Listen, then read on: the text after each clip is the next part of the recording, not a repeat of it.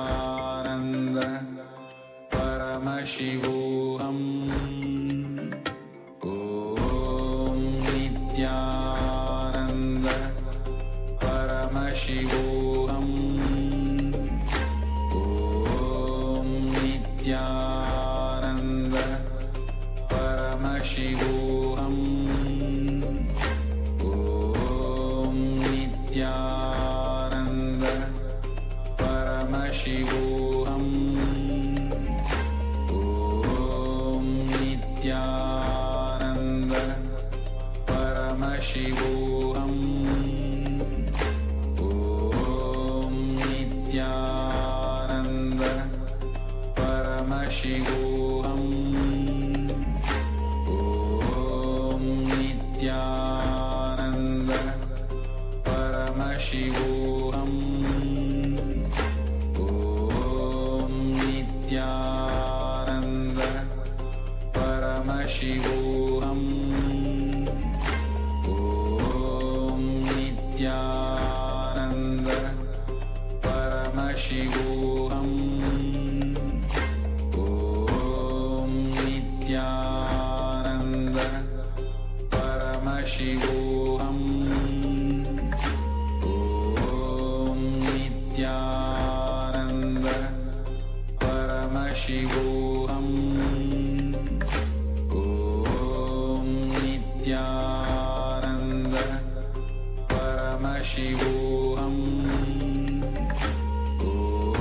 Om Nithyananda Paramashivoham Om Nithyananda Paramashivoham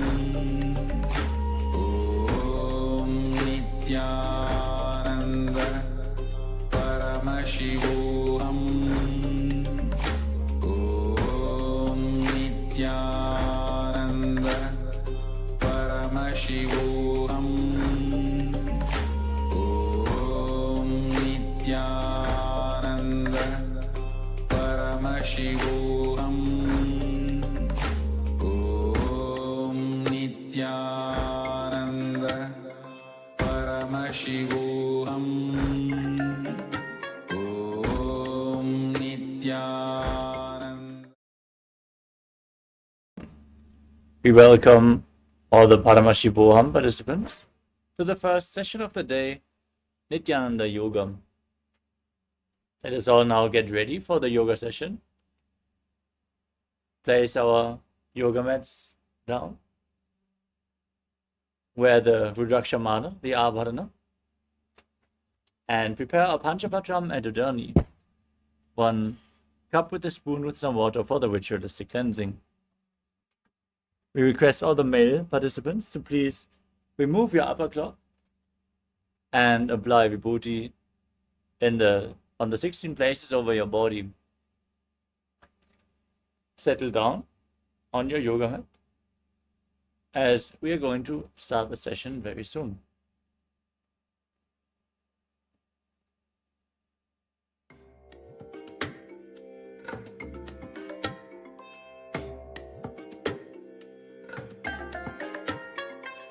I bless you all. Let you all open all your 3 eyes and manifest the powers of Mahasadashiva. Om Nithyananda Paramashivoham Om Nithyananda Paramashivoham Om Nithyananda Paramashivoham Om Nithyananda Paramashivoham. Now, let us all sit straight with our head, neck, and spine in a straight line. Join your hands in Namaskara Mudra. Close your eyes, take a deep breath. Visualize Swamiji as we open this session with the Satguru Vandanam. Nithyanandam Paramasukadam Kevalam Jnanamurtim Dvandvatitam Gagana Sadrisham Tattvamasya Laksham एकं नित्यं विमलमचलं सर्वदी साक्षिभूतं भावातीतं त्रिगुणरहितं सद्गुरुं तं Namami. Next, we will chant the Shiva Mula mantra, Om Ham Hum Shivaya Namaha, 11 times internally. ॐ हां हौं शिवाय नमः. ॐ हां हौं शिवाय नमः. ॐ हां हौं शिवाय नमः. ॐ हां हौं शिवाय नमः. ॐ हां हौं शिवाय नमः. ॐ हां हौं शिवाय नमः. ॐ हां हौं शिवाय नमः. ॐ हां हौं शिवाय नमः. ॐ हां हौं शिवाय नमः. ॐ हां हौं शिवाय नमः.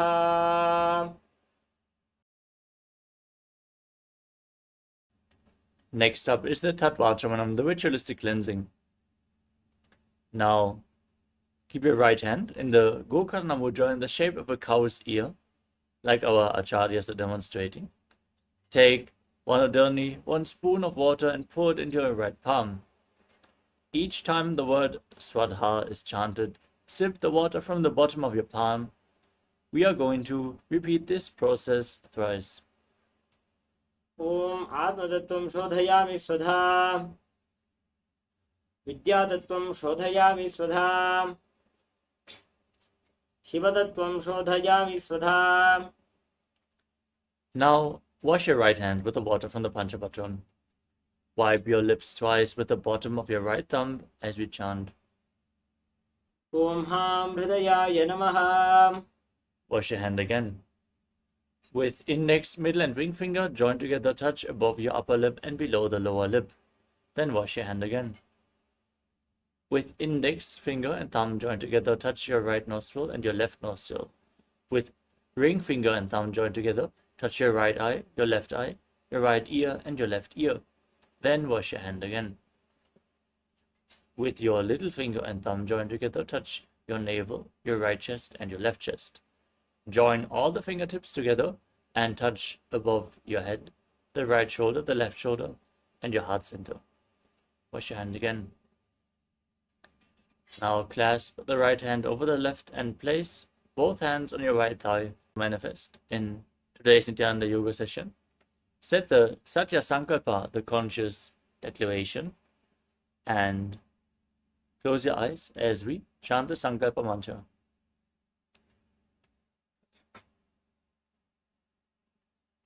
ममोपात्त समस्त दुरितक्षयद्वारा भगवत् श्री नित्यानंद परमशिव प्रीत्यर्थम श्री नित्यानंदेश्वरी परमशिव शक्ति समेत श्री नित्यानंदेश्वर परमशिव प्रीत्यर्थम च अद्य पूर्वोक्त एवं गुण विशेषेण विशिष्टायाम् अस्यां शुभदितौ पूर्ण आरोग्य युक्त दृढ़गात्र यौगिक शरीर सिद्ध्यर्थम परमशिव शक्ति आविष्करणार्थम नित्यानंद योगाभ्यासं करिष्ये. Now wash your right hand once more as we chant. Om apaupasprisya. Now keep Panchapatram and Jadani aside out of harm's way, so we can safely enter into this ritual of yoga.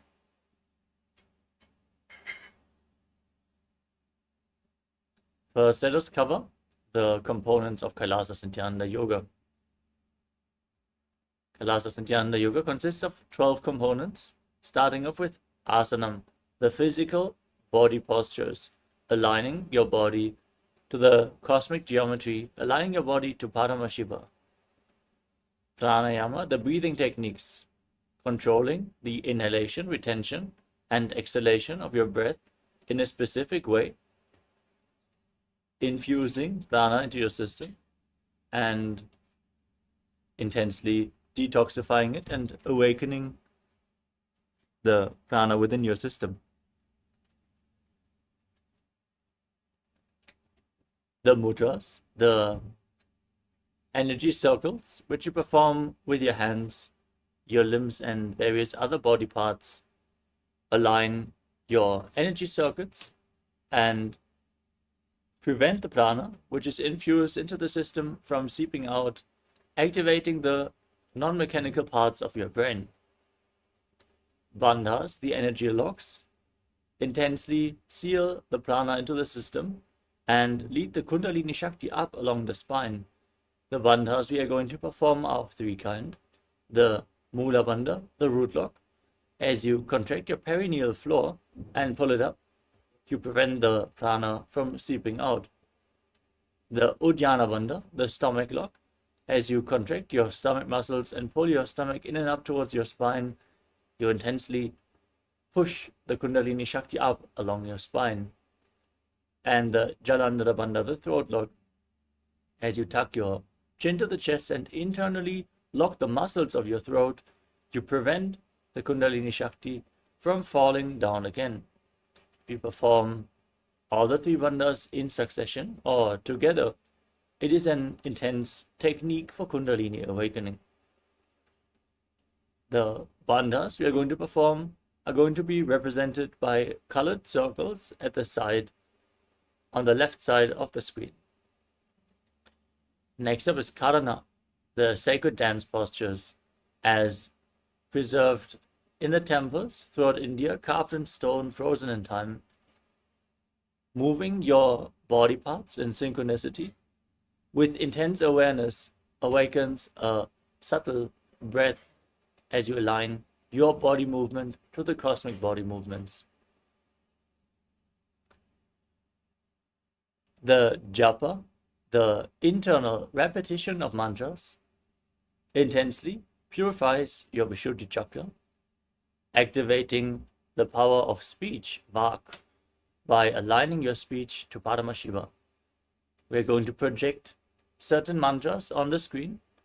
Visualize that they are rotating around your throat in a circular manner. The visualization is aligning your thinking to Paramashiva, manifesting Mano Shakti, authenticity, the power of thoughts. As you hold the visualization, which is projected on the screen, you authentically manifest the essence of the asana and deepen the experience. The external chanting of mantras is going to be performed by our Acharya here. We are going to chant the words of Mahadeva himself, providing the highest energy field. As your aura opens up during the yoga practice, you will absorb the sound energy and be raised to higher states of consciousness. Next up is weightlifting, as bodybuilding is a spiritual practice as per the Supreme Pontiff of Hinduism. Include weights into your yoga practice and intensely awaken your Kundalini Shakti. We are going to inform you in which asanas it is recommended to hold weights to intensify the yoga practice.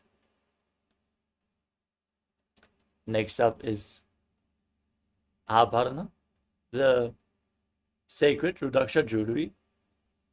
The Rudraksha beads function as a spiritual battery, holding on to spiritual energy for a long time and giving it off slowly as you are wearing the bead. So make sure you're wearing Rudraksha beads at any given time. Mandala, the visual representation of gods and goddesses through the geometric figures, the triangles, the circles and lines. The macrocosmic energy gets mirrored into the microcosmos. So focus on the mandala. You can see in the background, we have the Shri Yantra projected, which is a representation of all the gods and goddesses. Finally, there is Aushadha, the sacred alchemy science. Applying Aushadha on your skin or ingesting them infuses prana into your system. So, with all those components together, KAILASA Nithyananda Yoga is the science of manifesting divine into man, Paramashivatva. With this context, let us now start into the practice of yoga. The first asana of the sequence is Sukhasana. Now sit straight with your head, neck and spine in a straight line. Keep your hands on top of your knees in Bindu Mudra, index fingers and thumbs together. Visualize Lord Shiva in your inner space. Breathe in Samana Kumbhaka. Inhale into your stomach. Hold your breath and visualize a flame being kindled in your stomach, rising up your spine. Engage all three bandhas, Mahamudra Bandha. As you internally repeat the japa Soham, visualize it rotating around your throat. तत्सुखासनमित्युक्तम् अशक्तस्तत्समाचरेत् आसनं विजितं येन जितं तेन जगत्त्रयम्. Next up is Parvatasana. Now place your feet onto opposite thighs in Padmasana. Join your hands in Anjali Mudra and raise them up above your head. Keep your elbows straight. Engage all three bandhas as you visualize yourself as Mount Kailash. अथ पक्षे महादेव पर्वतासनमङ्गलं यत्कृत्वा स्थिररूपी स्यात् षट्चक्रादिविलोपनम्. Next up is Halipavasana. Now join the soles of the feet together and extend the feet slightly away from the body. Interlock your fingers behind your back in Parasha Mudra. As you lean forward and down, place your forehead on the ground behind the heels if you can. Gaze to the tip of your nose, engage all three bandhas and visualize Swamiji in your inner space. पूर्व विधियाहु में जानो उभय पकतली संपुटानो. Next up is Nagi Pavasana. Similarly, with your feet extended, soles of the feet together, extend your arms out in front, cup your palms and place them on the ground in front of the feet as you again place your forehead on the ground behind the heels. Engage all three bandhas and visualize yourself as a snake. पूर्व विधि पर्यागाने नीचौ हौवी कहूनि फनास्यौ लगाई. Next up is Kokilasana. Now hold on to the big toes in Prana Mudra with index and middle fingers while holding the ring and little fingers with your thumbs. Extend your legs forward and up. Keep your legs straight and then cross them into Padmasana. Keep holding onto the toes and lean forward and down onto your elbows as you engage all three bandhas and visualize yourself as a bird. अथान्यदासनं वक्ष्ये येन सिद्धो भवे नरः अकस्मात् वायुसञ्चारं कोकिलाख्यासनेन च. Next up is Neti Asana. Now stack your knees and your ankles. Hold on to opposite elbows and start rotating your arms in a circular motion. Engage all three bandhas, gaze to your nose, visualize Swamiji in your inner space, and after some time, change the direction of the movement. Don't forget to repeat the japa Soham internally. घोड़ा बामा पादकी आशमा हिले सोज दक्ष चरण को पार लो तापरि Gulf समोज. Next up is Gajasana. Now place your hands flat on the mat and lift your hips up high. Scoop your head and chest forward and down again and again as you engage Uddiyana Bandha, the stomach lock, and Mula Bandha, the root lock, while visualizing yourself as an elephant. निब्जं पादाग्रे भूमौ कृत्वा लम्बी भुजा मस्तकाग्रे निधाय.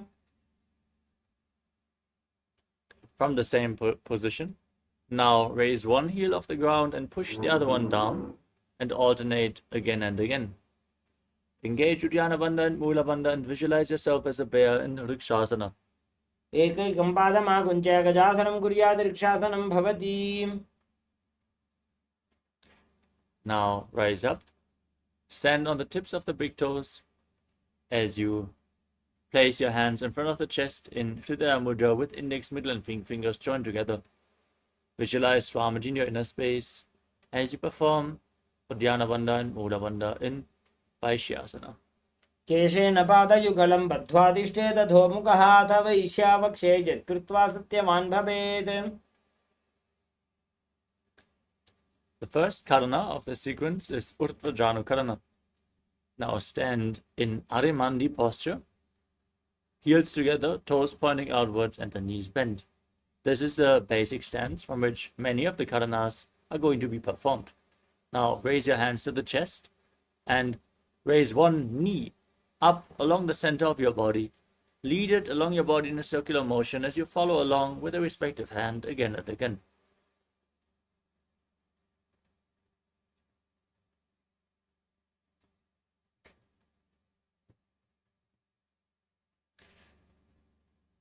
Next asana is Balalingasana. Now interlace your fingers from the outside in Sarvashankari Mudra. Raise one knee and pull it up against your chest. As you engage all three bandhas, stand erect on the mat like a rod and visualize yourself holding a baby. एकं जानुरसि आलिङ्ग्य स्थातव्यं बाललिङ्गनं भवति. We move on to Padapidanasana. Now hold one foot from behind, pull it behind towards your buttocks. Engage all three bandhas as you visualize Swamiji in your inner space. स्थित्वैकस्मिन् पादतले कराभ्यां वेष्टयेत्तनुं पृष्ठे संस्थाप्य यत्नेन पादपीडनमासनम्. The next asana is Natarajasana. Now hold on to the sole of one foot and kick the leg back and up as you extend the opposite leg, arm forward with the hand in Bindu Mudra. Fix your gaze on one drishti point, one external point for balance as you visualize yourself as Lord Nataraja in Natarajasana. उत्तानपादं क्रौञ्चं च मरीचिं वीरभद्रकं नटराजं त्रिकोणं च सुप्ताङ्गुष्ठप्रसारणे. Now stand on the other leg. Repeat Natarajasana on the other side. Balalingasana on the other side. Pull the other knee towards your chest. एकं जानुरसि आलिङ्ग्य स्थातव्यं बाललिङ्गनं भवति. Now repeat Padapidanasana on the other side. Pull the other foot towards your buttocks with both hands. Engage all three bandhas and visualize Swamiji in your inner space. स्थित्वैकस्मिन् पादतले कराभ्यां वेष्टयेत्तनुम्.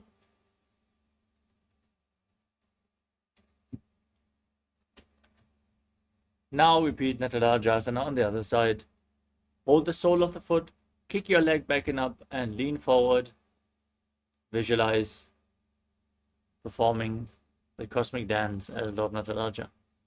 उत्तानपादं क्रौञ्चं च मरीचिं वीरभद्रकं नटराजं त्रिकोणं च सुप्ताङ्गुष्ठप्रसारणे.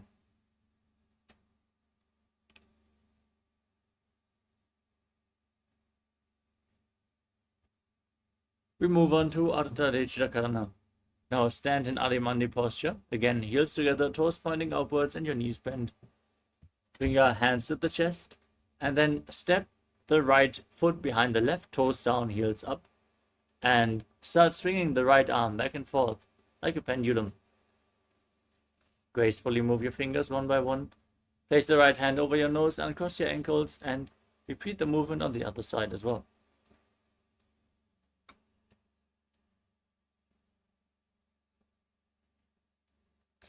Next up is the skeleton dance. Now visualize yourself as a skeleton and shake your body intensely. Hold the visualization of your bone structure as you dance wildly.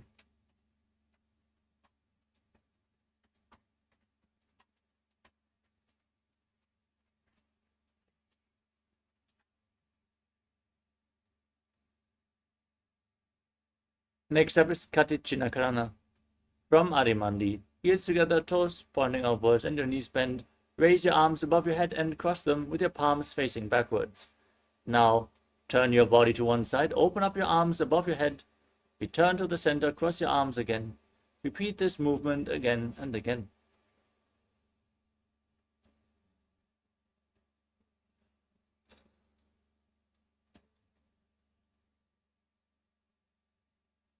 Next up is Tadasana. Now raise your arms up above your head and stand on the big toes. Stand on the tips of your toes as you engage all three bandhas and visualize yourself as a palm tree. Internally chanting the new japa Shivoham. महामुद्राबद्धकोनो ताडासनविभेदकान् विनोत्तानं सदा कुर्यादन्तर्पत्नीपतिप्रिया. Next up is Uttanasana. From a standing position, lean forward and down. Place your hands flat on the mat. If you can't reach the ground, just lean down as low as you can. Authentically stretch your hamstrings as you engage all three bandhas. Bring your head closer towards your knees and visualize Swamiji in your inner space. महामुद्राबद्ध कोनो ताड़ासन विभेदकान्विनो तानं सदा कुर्यात् अंतर्वत्नी पतिप्रिया.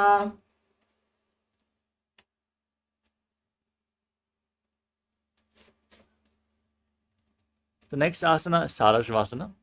Now place your hands flat on the mat and step your feet back into a tall plank position.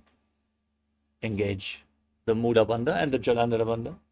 As you tuck your chin to the chest, rotate your head from side to side and visualize Swamiji in your inner space. गजासनमस्थित्वा मस्तकं वारं वारं दक्षिणकुक्षिं सव्यकुक्षिं नयेत्. Now lower your body down onto your stomach. Keep your hands next to the shoulders, your toes pointing back. Top of the feet flat on the mat as you raise your upper back and head off the ground by the strength of your lower back. Open up your mouth widely and inhale through the hollow of your throat in Bhujangani Mudra as you visualize yourself as a cobra in Bhujangasana.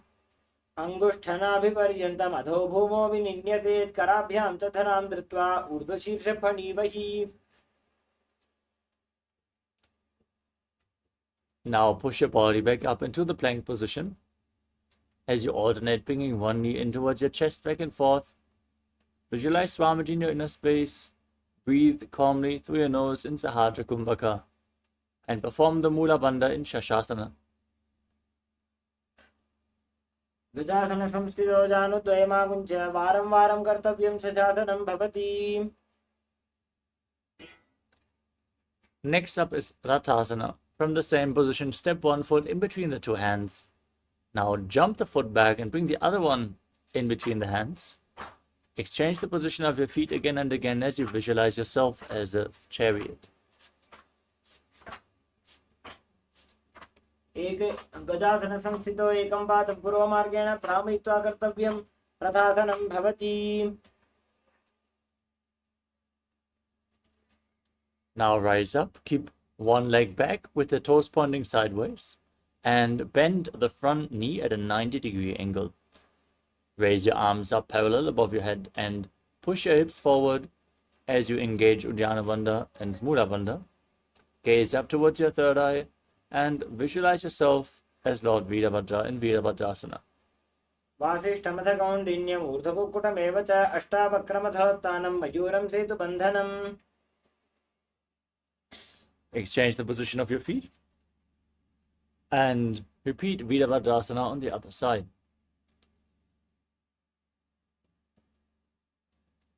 वासिष्ठमथकौण्डिन्यम् ऊर्ध्वकुक्कुटमेव च अष्टावक्रमथोत्थानं मयूरं सेतुबन्धनम्.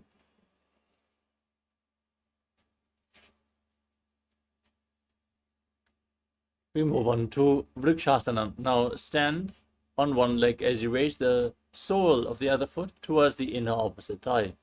Join your hands in Anjali Mudra and raise them up above your head. Keep your elbows straight. Engage Uddiyana Bandha and Mula Bandha and visualize yourself as a tree. वामोरुमूलदेशे च याम्यं पादं निधायतु तिष्ठेत्तु वृक्षवद्भूमौ वृक्षासनमिदं विदुः. Now place the raised foot onto the opposite thigh. Join your hands in Namaskara Mudra in front of your heart center and visualize yourself as Lord Garuda in Garudasana. गरुडासनमावक्षे येन ध्यानं स्थिरं भवेत् सर्वदोषात् विनिर्मुक्तो भवतीह महाबली. Now exchange the position of your feet. Raise the other foot up as you repeat Vrikshasana, the tree posture on the other side. वामोरुमूलदेशे च याम्यं पादं निधायतु तिष्ठेत्तु वृक्षवद्भूमौ वृक्षासनमिदं विदुः. Now place the foot onto the thigh, your hands in Namaskara Mudra in front of the heart. Repeat Garudasana on the other side. गरुडासनमावक्षे येन ध्यानं स्थिरं भवेत् सर्वदोषात् विनिर्मुक्तो भवतीह महाबली. The next asana is Trikonasana. Now step one foot forward and the other foot far back. Keep the back toes facing sideways. Extend your arms parallel to the ground. Lean forward and down. Place one hand by the foot and raise the other arm up as you gaze upwards and visualize yourself as a triangle. उत्तानपादं क्रौञ्चं च मरीचिं वीरभद्रकं नटराजं त्रिकोणं च सुप्ताङ्गुष्ठप्रसारणे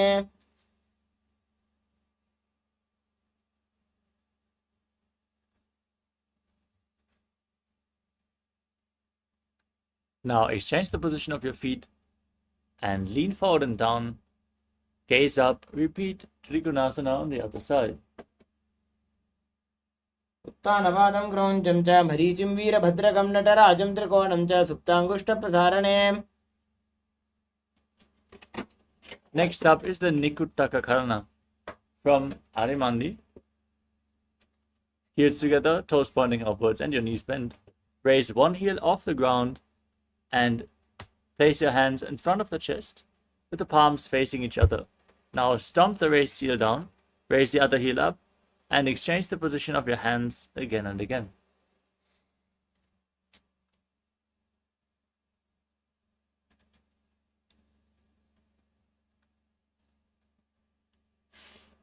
The next asana is Angushtasana. Now lower your body down and raise your heels. As you sit on the raised heels with your knees off the ground, keep your knees together and join your hands in Namaskara Mudra in front of your heart center. Engage the Mula Bandha.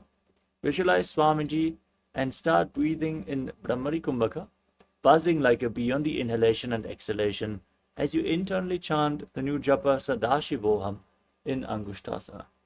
कबन्धासनमित्याहुः गोरक्षासनमेव च अङ्गुष्ठमुष्टिकं ज्ञेयं ब्रह्मप्रासादितं तथा. From this posture, now extend one leg forward, heel down, toes up.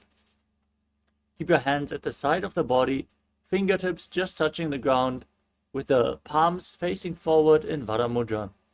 Visualize Swamiji in your inner space in Saurasana. प्रसार्यैकं पादतलं संस्थाप्य त्वेकपादकम्. Now lean forward and down, hold on to the big toe of the front foot and the back heel with the other hand.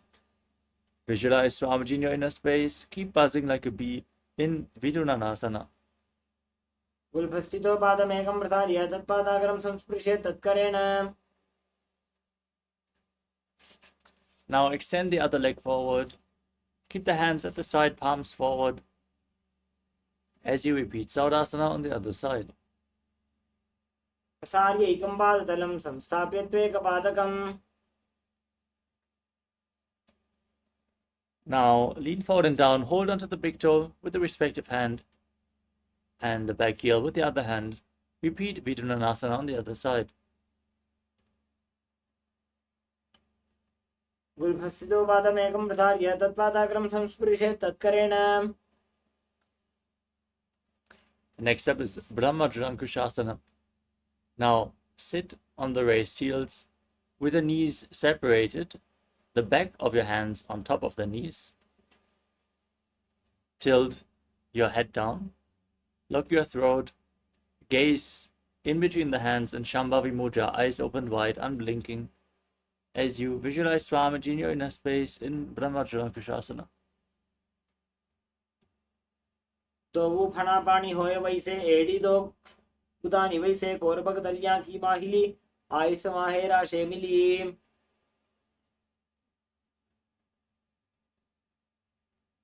Next up is Kapilasana. Now drop your knees down to the ground and sit on raised heels. Keep your hands on your legs. Gaze to the tip of your nose.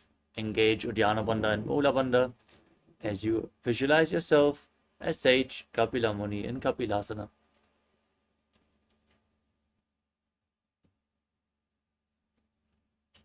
दो वो फना पानी होए वैसे एड़ी दो कुदानी वैसे कोरबक दलिया की माहिली ice माहेरा शेमिली. Maintain the same posture, but shift your gaze up towards your third eye. Engage the Mula Bandha and visualize Swamiji in Bhadra Gurakasana. दो वो पगदली संपट करे कोरवारली भू पर इधरे कोरवारली राखे ऐसे तापरी मूल द्वार टिक बैसे. Now keep the soles of the feet together, rise your knees up off the mat, and open your legs wide as you bring the thumbs and little fingers together in Padma Mudra, the Lotus Mudra.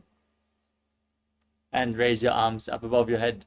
Gaze through the gap in between the palms as you visualize Surya in your Lord Surya in your inner space and perform Uddiyana Bandha and Mula Bandha. एड़ी दो गुदा तरियाणे फना पानी बैठक पुनिठाने गोड़ा जंगा अधर करी रहे आड़े वाम इसी विधि गहे. Next up is Mandukasana. Now drop your knees down to the mat. Keep your feet flat and sit on your heels. Press your tongue up against the palate of your mouth in Manduki Mudra as you visualize yourself as a frog. Gaze to your third eye. Breathe calmly through your nose in Sahadra Kumbhaka as you perform the Mula Bandha and Mandukasana. पादतलौ पृष्ठदेशे अङ्गुष्ठे द्वे च संस्पृशे जानुयुग्मं पुरस्कृत्य साधयन् मण्डूकासनम्. Next up is Uttana Mandukasana. Now bring your hands behind your back and hold on to opposite shoulders. Keep your elbows close to your head. Gaze to your third eye. Keep visualizing yourself as a frog, your tongue up against the palate of your mouth, with Uddiyana Bandha and Mula Bandha engaged. Mandukasana मध्यस्थं कूर्पराभ्यां धृतं शिरः एतद्भेकवदुत्थानम् एतदुत्थानमण्डूकम्. Now cross your feet and sit on your heels. As you place your hands on top of the knees, gaze to the nose, stick out your tongue, and exhale forcefully again and again while visualizing yourself as a lion in Simhasana. दक्षिणं सव्यगुल्फेन दक्षिणेन ततेतरं हस्तौ च जान्वौ संस्थाप्य काङ्गुलीश्च प्रसार्य च. Next up is Bhadrasana. Now keep the feet flat, toes pointing backwards, and cross your arms behind your back, holding on to opposite big toes in Prana Mudra. Engage Jalandhara Bandha, the throat lock, and Mula Bandha, the root lock, as you gaze to your nose and visualize Swamiji in your inner space. Again, breathing in Brahmari Kumbhaka, buzzing like a bee. गुल्फौ च वृषणस्याधो व्युत्क्रमेण समाहितः पादाङ्गुष्ठौ कराभ्यां च धृत्वा च पृष्ठदेशतः. The next asana is Kakapushandi Asana. Now sit in a squatting posture with your knees raised. Bring your arms in and around the raised knees. And reach for the opposite hands behind your back. Try to interlace your fingers in Padusha Mudra if you can, as you gaze to the tip of your nose and visualize yourself as a crow. प्रथमे वैसकुगठठाने दोवो हाथ बगमी च आने.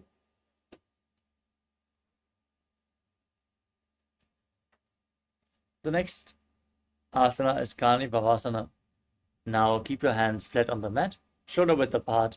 Bring your knees onto your arms towards your armpits. Lean forward and down, raise your feet off the mat and balance on your arms as you visualize Swamiji in your inner space. आसन को गुण आशीर्षता होई तो आछी होई. Next up is Kapali Asana. With your hands flat on the mat, shoulder width apart. Bring your knees to your arms and your head on the mat. Lift your feet up and then straighten your legs up into a headstand posture. You can lean against a wall or ask a partner to aid you in the performance of this asana. As you gaze to your nose, visualize Swamiji in your inner space and perform the Mula Bandha, still buzzing like a bee in Brahmari Kumbhaka. शीशा धरती टेगी पगदो वो मिलिवा ऊंचा कुकरे. Gently lower your legs back down.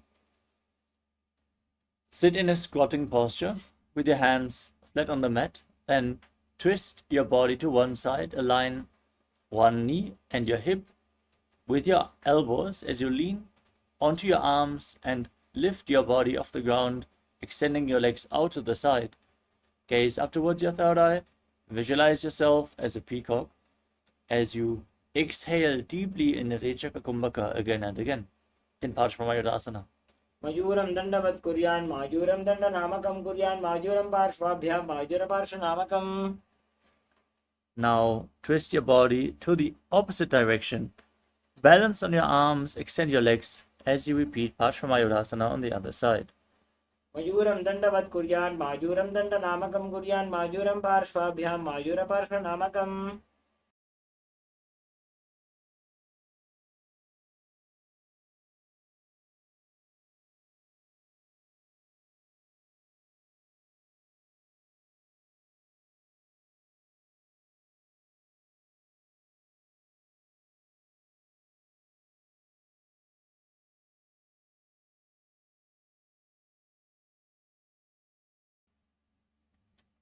The next asana is Bhairaganathasana.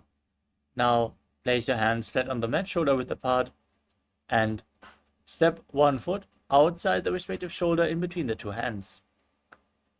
Engage the perineal floor in Mudra Bandha as you gaze up towards your third eye and visualize yourself as Lord Kala Bhairava, the Lord of Time, in Bhairaganathasana. आसन को गुण पीति जाई. Now step the front foot back, bring the other foot outside the shoulder in between the two hands as you repeat Bhairaganathasana on the other side. आसन को गुण पीति जाई.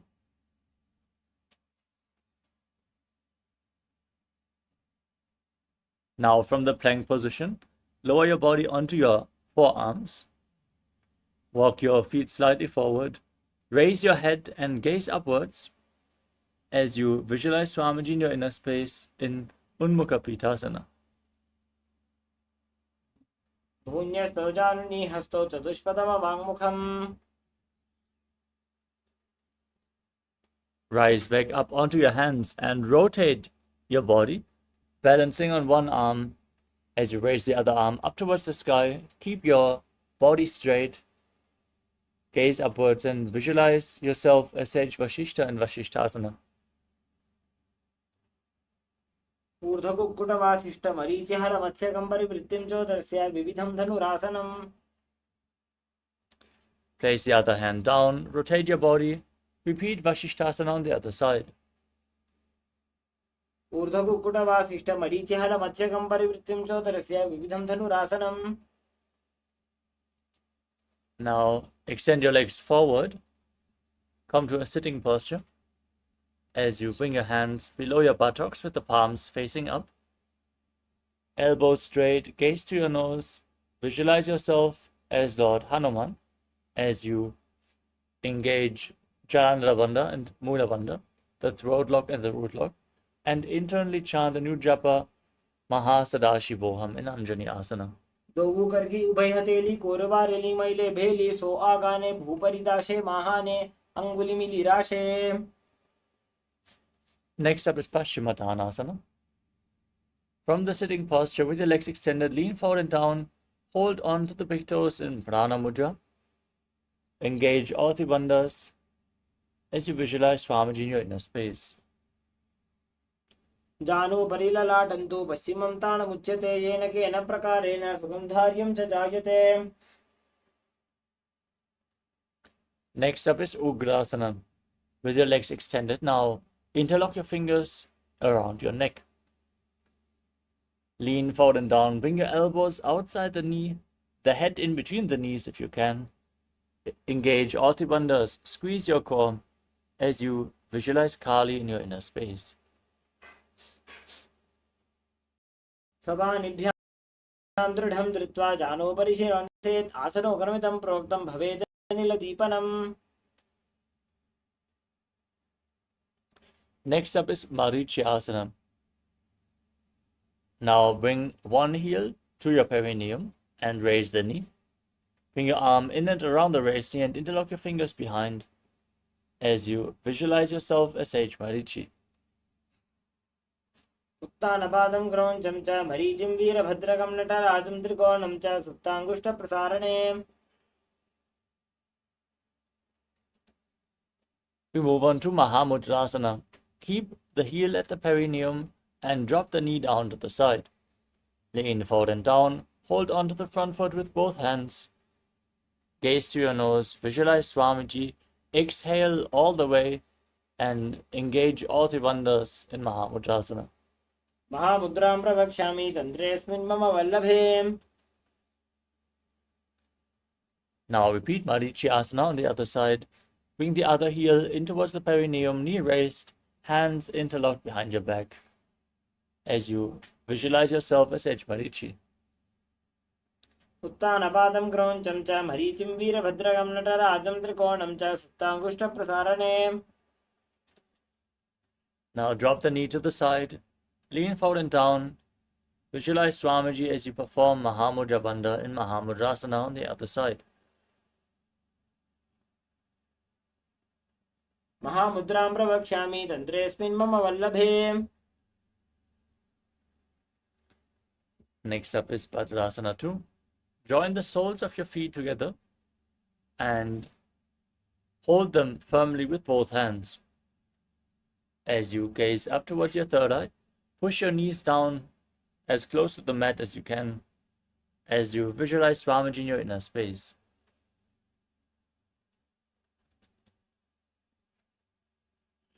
गुल्भौतवृषणस्यादः सीवन्त्याः पार्श्वयोः क्षिपेत्. Next up is Dvalipavasana.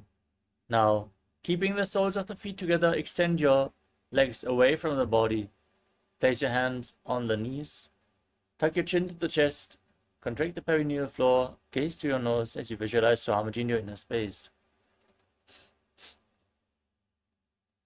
पूर्व चरपट चौक रखियो सोजी वाही विधियो कीजे sooji. Next up is Joni Asana. Now bring the heels back close to the perineum. Hold the soles of your feet as you lean forward and down, placing your chin on the toes. Visualize the Yoni Mandala, the visual representation of Devi Paramashiva Shakti herself, which is projected in the top right corner of your screen. दोबू पगदली संपुट करे एड़ी मेड केडिंग दुदरे. Next up is Midaki Pavasana. With your feet extended away from the body, keep the heels together and your toes apart. Extend your arms out to the side. Lean forward and down as low as you can.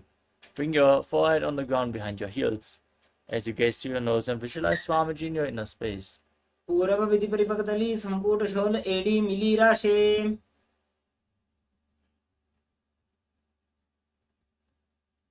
Next up is Siddhasa Madhyasana. Bring your heels back in towards your body. Bring your arms below the shins with the palms facing upwards. Now bring your forehead on the ground in front of the feet with your toes against your throat as you gaze to your nose and visualize Lord Surya in your inner space.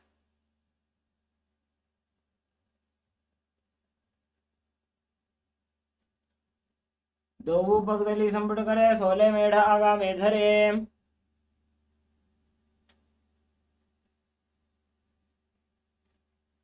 The next asana is Chinaki Pavasana. With the heels against the perineum, hold your feet and open them up like a book, the soles pointing upwards. As you press your elbows onto your thighs, gaze to your nose and visualize Swamiji in your inner space. दो बगा की एड़ी धरती मगिवा मेढ़ लगावे.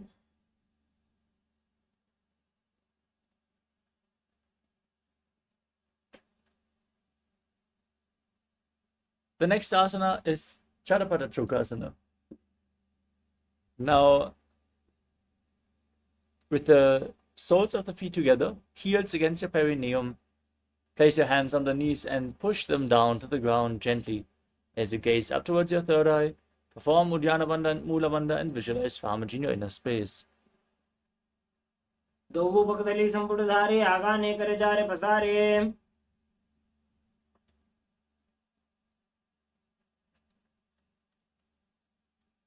Next up is Bhairavasana. With the soles of your feet together now, twist your feet so the toes are pointing down and the heels are pointing up. You can use the support of your hands if needed. Then open your legs wide, bring your knees down to the ground and place your hands on top of the knees in Bindu Mudra. Gaze up towards your third eye and visualize yourself as Lord Kala Bhairava, the Lord of Time, in Bhairavasana. गुल्फौ संपीठ जान्योन्यं विक्रमेणोत्थितं शनैः जान्वोः पार्श्वगतो हस्तो दण्डवद् भैरवासनम्.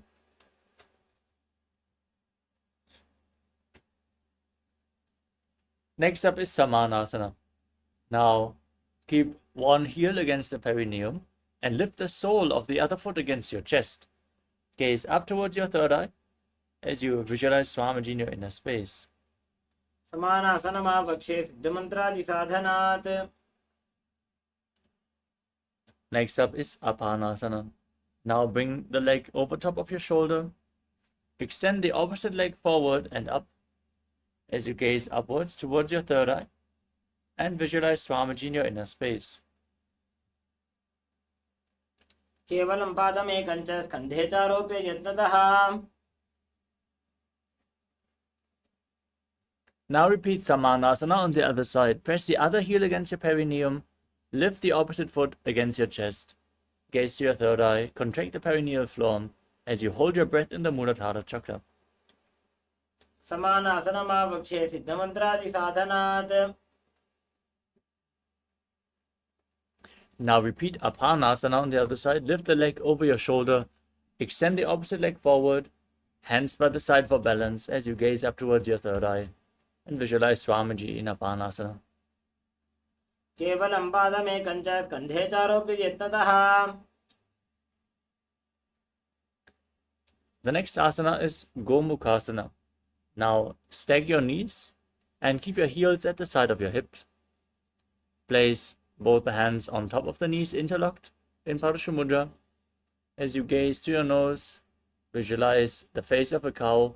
Start breathing in Siddhkari Kumbhaka. Press your tongue up against the palate of your mouth and hiss through your teeth as you inhale.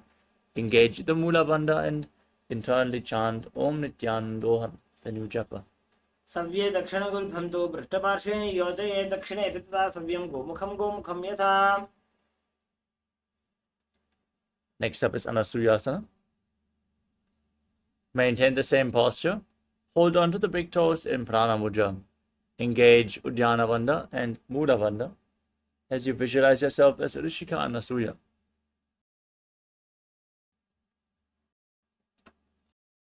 दक्षिण गोड़ और नीचे उठाने, बाहों आगे ऊपर आने. Keep visualizing yourself as Rishika Anasuya as you interlock your fingers behind your back and lean forward and down, gazing to your nose, bringing the nose as close to the ground as possible as you perform the Mula Bandha in Anasuyasana too.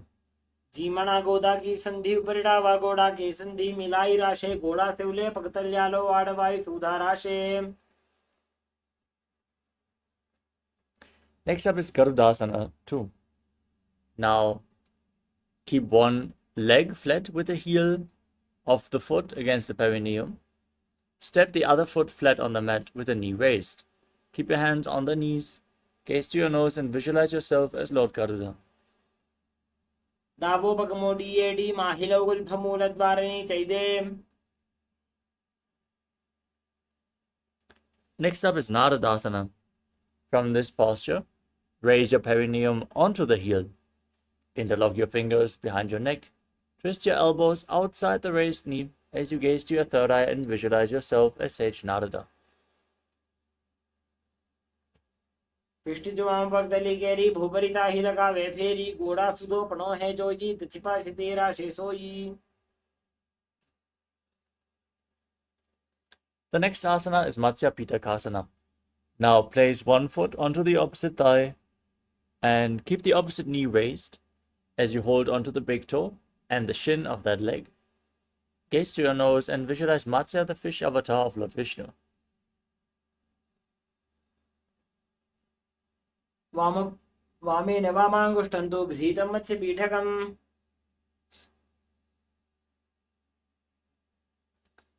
Next up is Gomukhasana on the other side. Now stack your knees again and place your interlocked hands on top of the knees as you visualize a cow, the face of a cow in your inner space.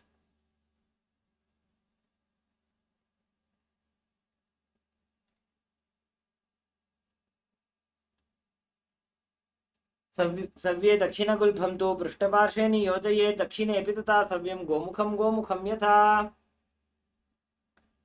Now hold onto the big toes, engage Uddiyana Bandha and Mula Bandha as you visualize yourself as Rishika Anasuya in Anasuyasana.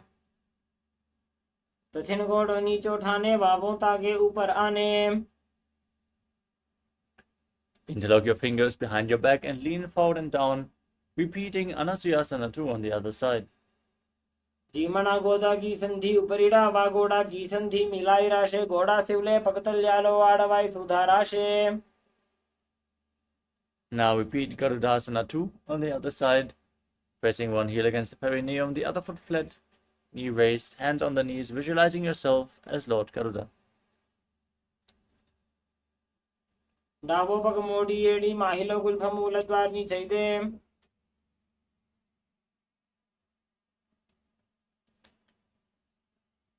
Now repeat Naradasana on the other side. Raise your perineum onto the heel. Gaze to your third eye and visualize yourself as Sage Narada as you twist your elbows outside the raised knee. पिष्टिज वाम पग दली केरी भूपरिता ही लगावे फेरी गोड़ा सुधो अपनो है जो जीत छिपा छितीरा से सोई. Now repeat Matsya Pitakasana. Place the foot onto the opposite thigh. Keep the opposite knee raised. Hold on to the big toe and the shin of the opposite leg. And gaze to the nose as you visualize Matsya, the fish avatar of Lord Vishnu. वामेन वामाङ्गुष्ठन्तो गृहीतं मच्च पीठकं योनि वामेन सम्पीड्य मेढ्रादुपरि दक्षिणम्. Next up is Matsyendrasana. Now, place one foot onto the opposite thigh and place the other foot flat on the ground with the knee raised. You can step the foot over top of the other knee if you can, then twist the opposite elbow around the raised knee with a hand by the neck, the other hand on the ground behind you. Twist your spine as you gaze to your third eye and visualize Sage Matsyendranath, the master of Hatha Yoga. उदरं पश्चिमाभासं कृत्वा तिष्ठति यत्ततः नम्राङ्गं वामपादं हि दक्षजानुपरिन्यसेत्. Next up is Kubhasana. Now extend the front arm down towards the foot. Hold onto the big toes, the front big toe in Prana Mudra. As you place the other hand on your ear, visualizing yourself as a camel in Kubhasana. आसन को गुण झोलो जाए. Next up is Matsyendrasana 2. Keeping your front arm extended, place the other hand on the ground behind you. Twist your spine, gaze up to your third eye and visualize Sage Matsyendranath. मत्स्येन्द्रपीडं जठरप्रदीप्तिं प्रचण्डरुक्मण्डलखण्डनास्त्रम्.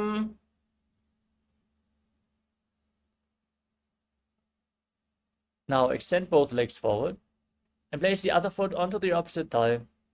As you repeat Matsyendrasana on the other side, twist your body around the raised knee, hand by the neck. उदरं पश्चिमाभासं कृत्वा तिष्ठति यत्ततः नम्राङ्गं वामपादं हि दक्षजानुपरिन्यसेत्. Now extend the front arm, hold onto the front big toe, and place the other hand on your ear as you visualize yourself as a camel in Kubhasana. आसन को गुण झोलो जाए.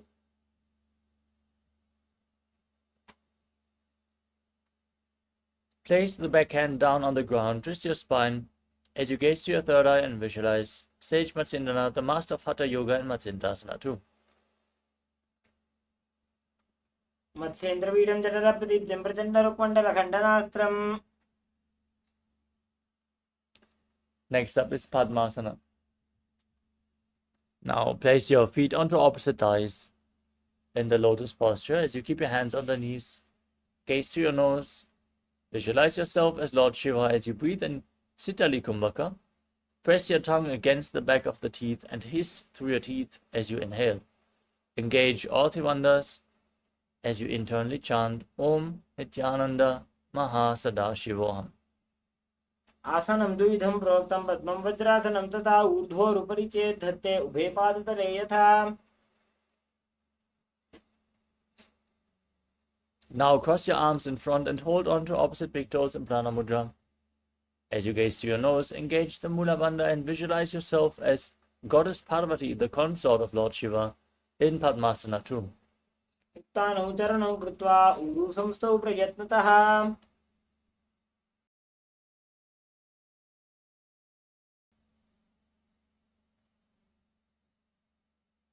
The next asana is Kukutasana.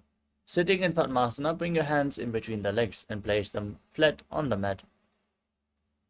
Now, lift your entire body off the ground, balancing on your arms, as you visualize yourself as a rooster and calmly breathe through your nose in Sahasrara Kumbhaka.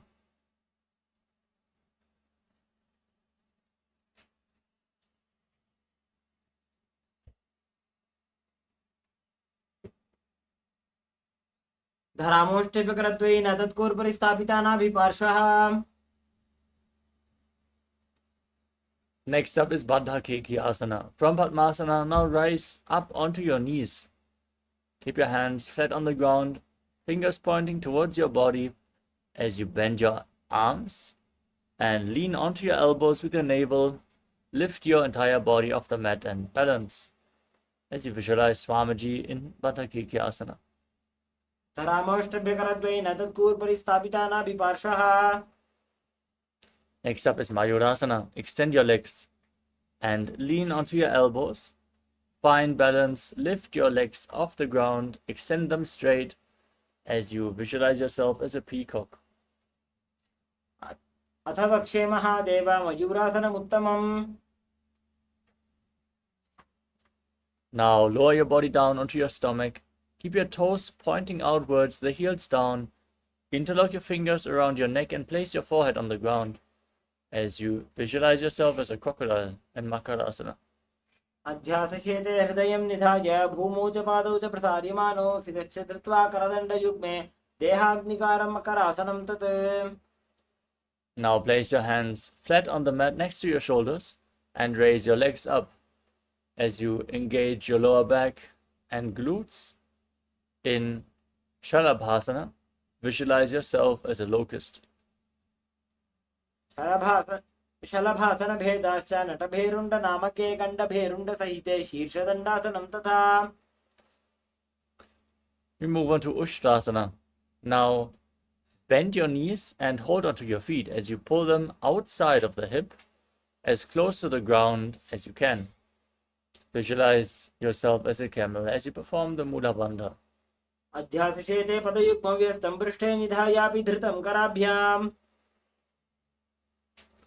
Next up is Dhanurasana. Still holding on to the feet, kick your legs back and up and raise your chest off the ground. Gaze up towards your third eye as you visualize yourself as Pinaka, Lord Shiva's bow. प्रसार्य पादौ भुविदण्डरूपौ करोच पृष्ठे धृतपादयुग्मम्. Next up is Bhagasana.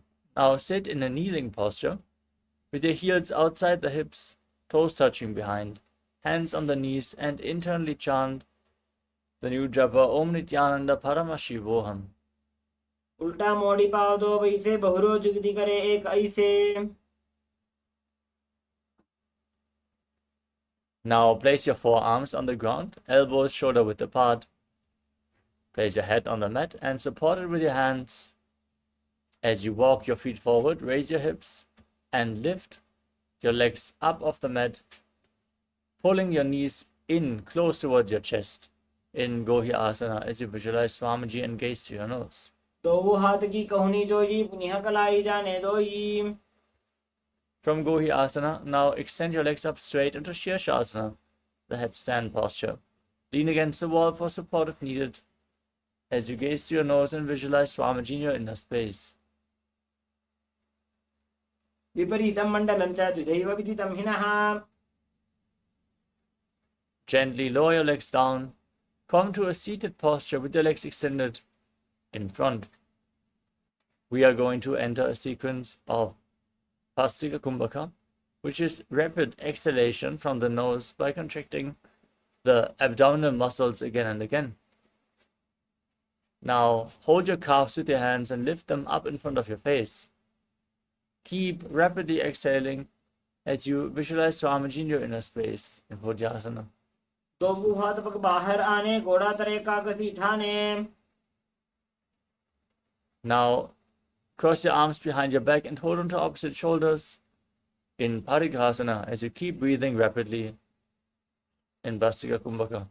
उत्तानशयनं कृत्वा पादौ मिलित्वा प्रसार्य.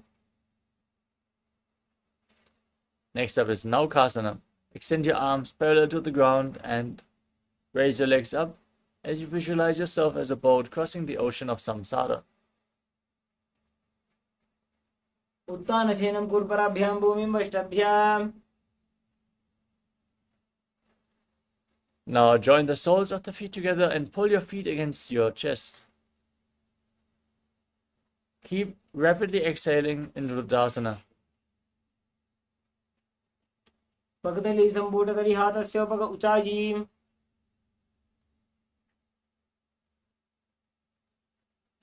Now relax. Lay on your back. Keep your feet flat, the knees raised. The hands flat on the mat behind your heels. Push your hips up. Contract the perineal floor and your throat. Focus on the prana flowing upwards. As you gaze to your nose, visualize Swamiji in Unmukha Pitasana too. ऊर्ध्वे च जानूनि कृत्वा शवित्वोर्ध्वमुखं तथा. Now lay down flat on your back in Shivasana. Keep your hands next to the hips as you intensely force the Kundalini Shakti up along your spine in Shakti Chalan Mudra. Relax and visualize that your body is dead and the Supreme Pontiff of Hinduism is liberating you. Internally chant Om Nithyananda Paramashivoham in Shivasana. उत्तानं शववद्भूमौ शयनं तु शवासनं. शवासनं श्रान्तिहरं चित्तविश्रान्तिकारणम्.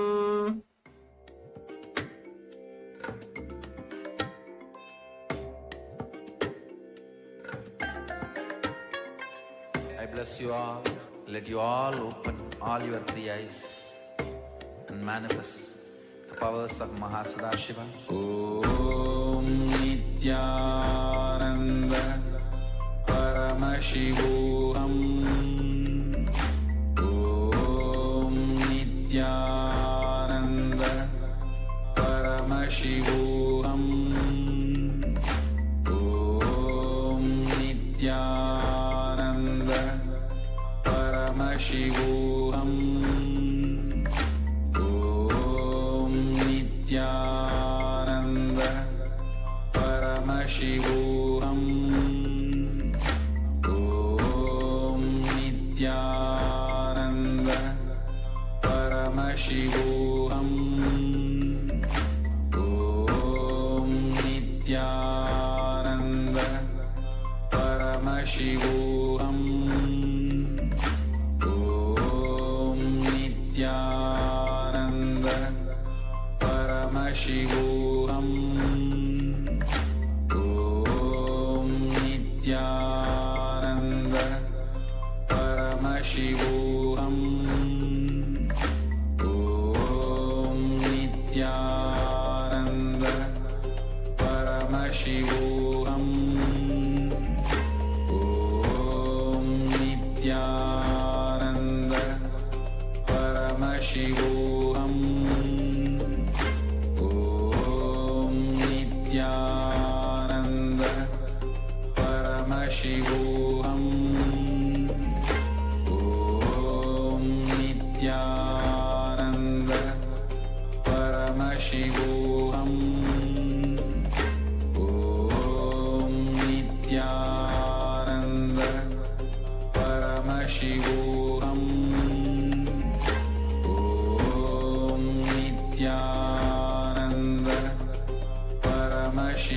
Paramashivoham. Om Nithyananda Paramashivoham.